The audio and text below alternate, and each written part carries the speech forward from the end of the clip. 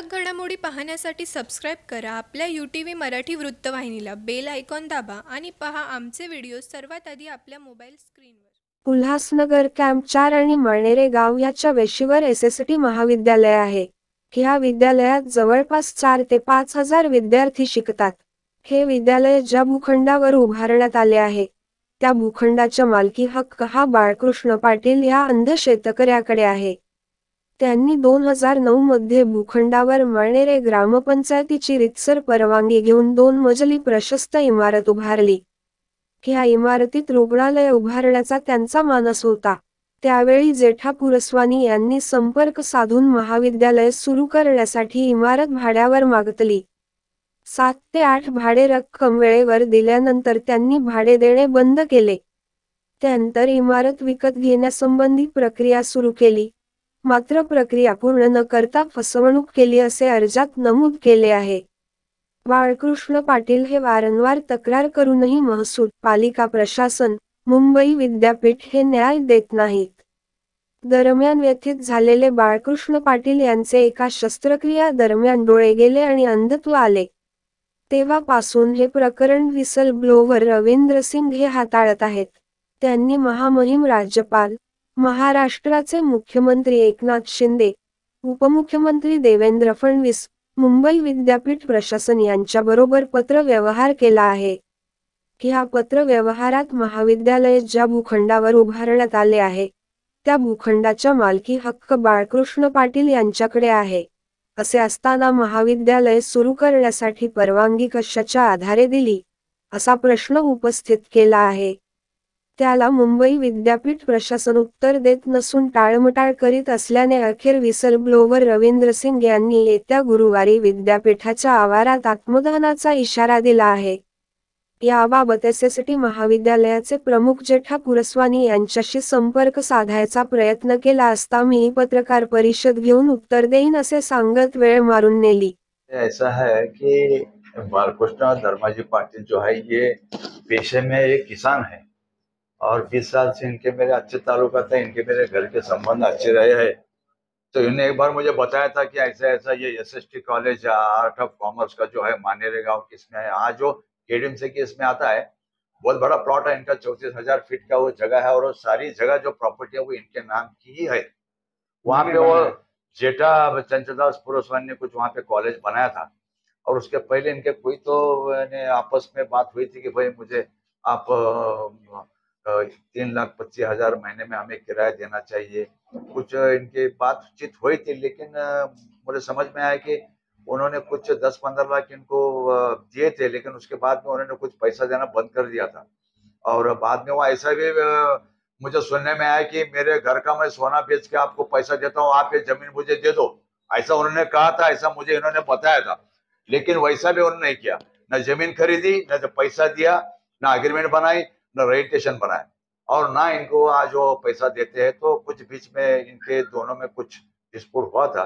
उसके बाद में इन्होंने मुझे सब जानकारी देने के बाद में फिर मैं मुंबई विद्यापीठ से इस कॉलेज के डॉक्यूमेंट्स के बारे में मैंने कोशिश की, राइट ऑफ इंफॉर्मेशन मैंने दिया था, उसमें मुझे कुछ वहां से यूनिवर्सिटी से कुछ ऐसा उनका आया नहीं, जवाब नहीं आया।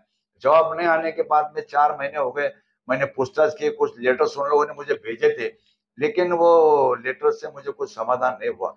उसमें सब उन लोगों ने, हम कहते हैं कि भाई हम आपको 15 दिन की हमको मुदत दो। महाराष्ट्र की यूनिवर्सिटी हमें लेटर देके कहती है कि आप मुझे 15 दिन का समय दो, हम आपको ये इंफॉर्मेशन देंगे, लेकिन उन्होंने हमें कुछ भी नहीं दिया। इसलिए मैं इस स्टेप पे आया हूं कि इतना परेशान होने के बाद में कुछ कोशिश हमने की थी, मंत्रालय में हम गए थे, मुख्यमंत्री साहब को हमने लेटर दिया था, DCM को हमने लेटर दिया था, और उसके बाद में हमने रेवेन्यू मिनिस्टर को भी हमने दिया था, हमने कलेक्टर साहब को दिया था, थाना के CP साहब को हमने दिया था, पुलिस स्टेशन में हमने दिया था, लेकिन कहीं से भी हमें न्याय नहीं मिला। इसका मतलब बाळकृष्ण धर्माजी पाटिल ये जो किसान है, जो सरकार बोलती है कि हम किसान के साथ में उस पर अन्याय होने नहीं देंगे, तो इनको न्याय नहीं मिलने से 22 तारीख को गुरुवार को सुबह 11 बजे से शाम को 5 बजे तक के समय के अंदर मैं अचानक उल्लासनगर से वहां पे जाऊंगा और मैं आत्मदहन करने वाला हूं। ये पत्र मैंने आपको दिया है।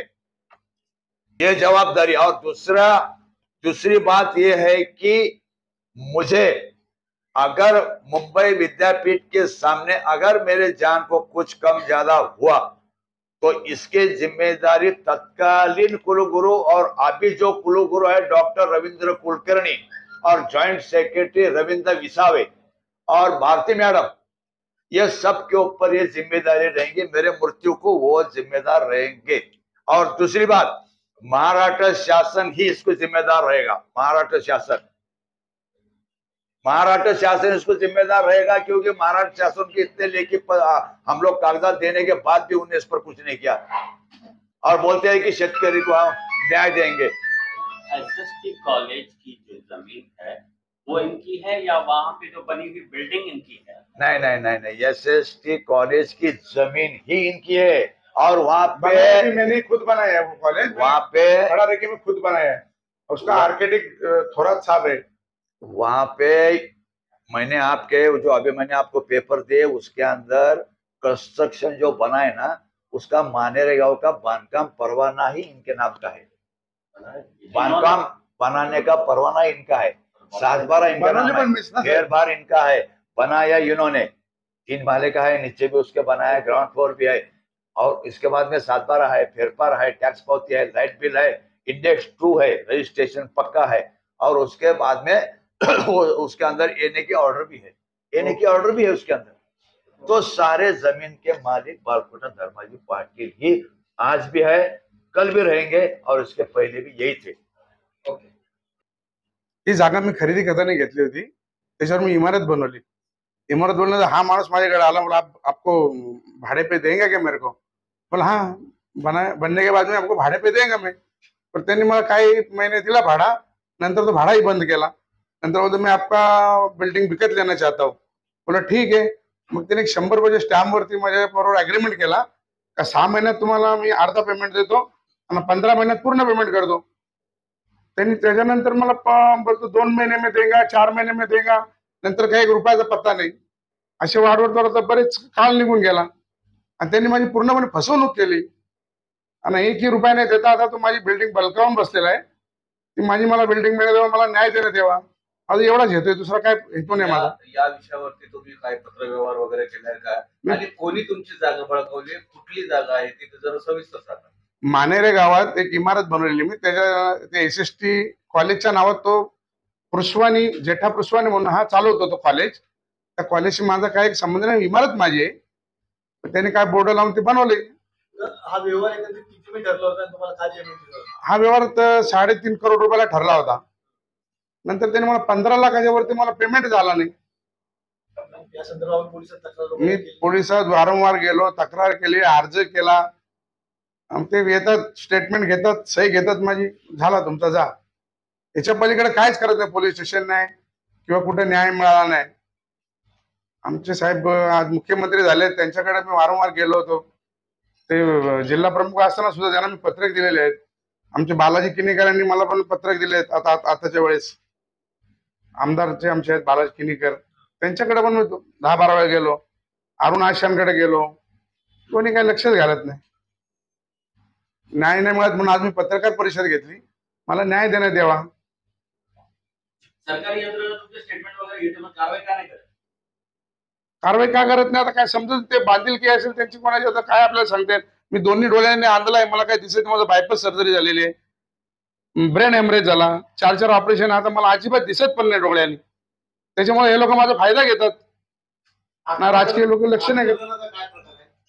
माझे मित्र आहेत 20 भाषणे, त्यांना बोलवलं मी, त्यांना दाखवलं सगळं, साहेब असं झालेलं आहे, बघा तुमच्यामध्ये काय होईल। तर ते कठोर परिश्रम केले माझ्यासाठी आणि खूप ते आता माझ्यासाठी झटतात, त्यांची मेहरबानी आहे।